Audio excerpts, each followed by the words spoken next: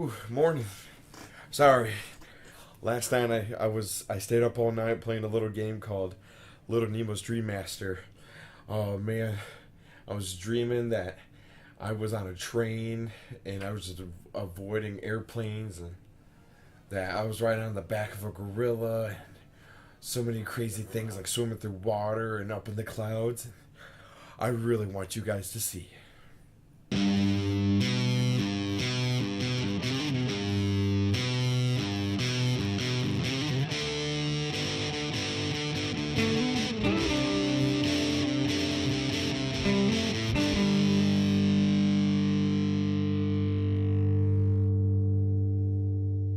So when it comes to Little Nemo Dream Master, I actually heard this game from a friend. What happened was that I ended up buying a Retron 2 with my brother, and we decided to buy some old classic NES games that we used to play as a kid.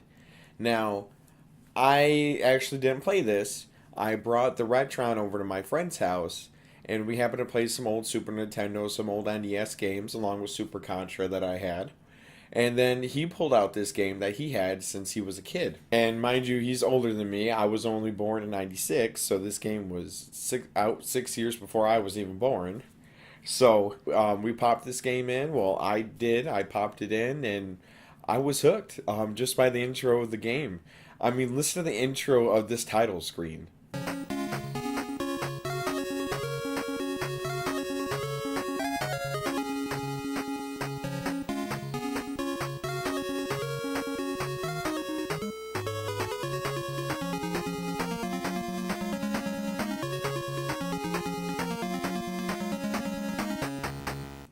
Not to mention the music at the beginning of the first level.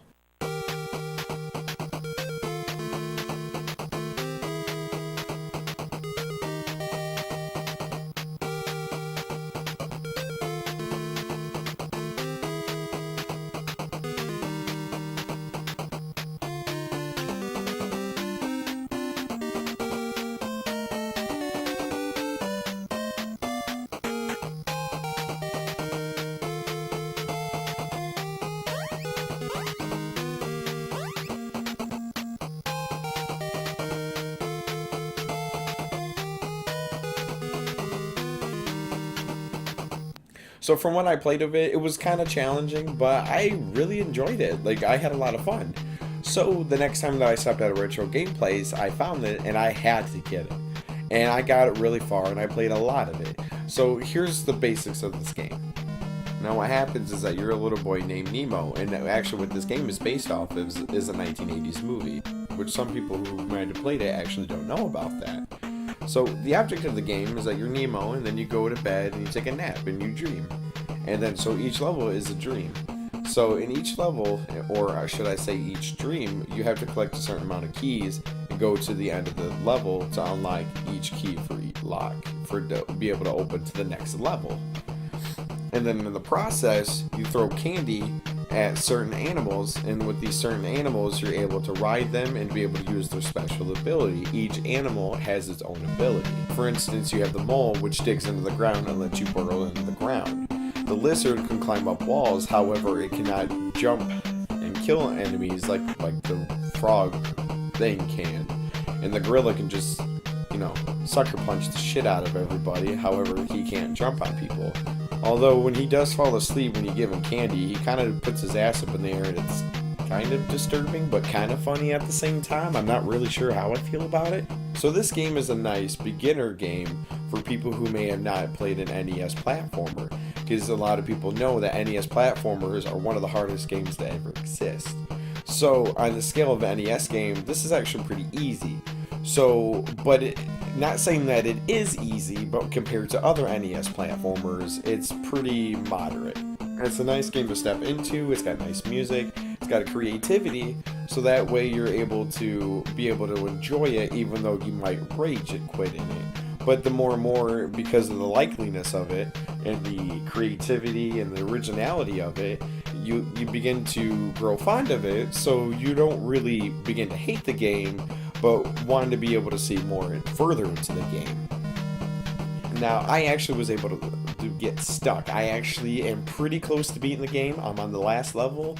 However, I could just not beat it for the life of me. You could tell I'm not born in that 80s generation of Atari and the original grew up on the NES. But I did get pretty far, and I'm actually pretty far for how far. I'm pretty proud of myself for how far I've gotten. Now, the bullshit with this level, though, I'm on the final level. However, there are 3 parts to the level. You have this beginning part, which I can breeze through pretty easily. It ends with killing a penguin. Now it sets up to a second part. Now, I've watched YouTube videos, and there's even a 3rd part after the second part. However, I'm not even able to beat the second part due to I have no clue how to even pass it. So, the sucky part about it is that when you waste all your lives and you have to continue, you have to start over from the first part of the level. So I constantly have to redo the first part just to get to the second part where I'm actually stuck. So with this part, you switch to the lizard and you walk up the walls while trying to dodge the fire, which can be kind of a hassle because you get stuck to the wall, so it's hard to dodge it and not get hit while trying to jump through. Not to mention you have these asshole balloon enemies that try to fall and hit you. So after dodging that, there's another row of fire, which I don't even know how to avoid. I can never time it right. And for some reason, the one doesn't show up until I walk to it. I don't know if it's a cartridge, but I see the one, so I'm like, okay, now it's time to go. And then the other fire just decides, oh yeah, there's me. By the time I get to the platform, I realize there's one above me that I can't reach. I'm too short to jump over. However, there is a frog. But I do not know how to get to the frog, because if I could get the frog, I could jump high to be able to get up and progress through the level. And I guess I just suck. When you go through this level, look at those damn pissed off frogs. What do they have to be angry about? And not to mention these damn bats that got sunglasses on them, and I guess that's just because, I don't know, maybe because they're blind. So here are some things that make the game infuriating, but however, they don't really make it a bad game. The tree climbing mechanic is kind of pesky. You have to lean in at the ledge to be able to cover the bark a little bit, the tree trunk, and then you jump over to the next ledge. Otherwise, if you jump too early, you actually lash onto the side of the big tree trunk. Which, this mechanic gets really annoying, especially when you become a mouse. Not with the tree, but when it comes to locking onto the side of objects. Speaking of the mouse, I don't understand the hammering mechanic. If you just stand on the floor and then you swing the hammer, you hit the bottom, the base, the first brick. And if you jump and hit, you actually skip the second one and you go on to the third one. But you can't walk through if you don't hit the second brick. So it's really stupid how you have to time it just right to jump and hit the second one at the same time. And that part, to me, gets really annoying. And another thing is what I've already mentioned is these annoying ass balloon enemies. They do not have a set drop location. Because what happens is that you move and they keep following you. You have to stop what you're doing, wait for it to stop following you, and then when it finally decides to drop straight down, then you move. Because otherwise you'll just keep running to the end of the map and that motherfucker will keep following you until it decides to kill you. One last thing that makes I think the game gets really infuriating over is the third level when you're riding on the train.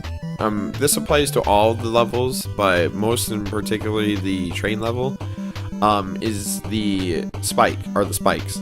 Because no matter what your health is, if you could have full health, and as long as you touch that spike, you are instantly dead. And I really don't see the purpose of that. I don't see why it doesn't take down your damage, because it just makes me redo the third one constantly.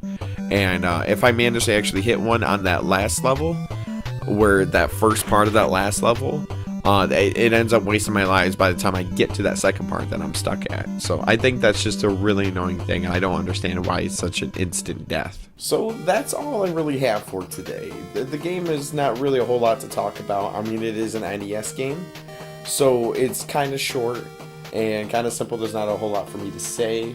There was a bunch of platformers I know for the NES, and so this is one that really stuck out to me and one that I really enjoyed. So if you really like that genre, or if you have any other NES games that you really enjoyed, let me know down below.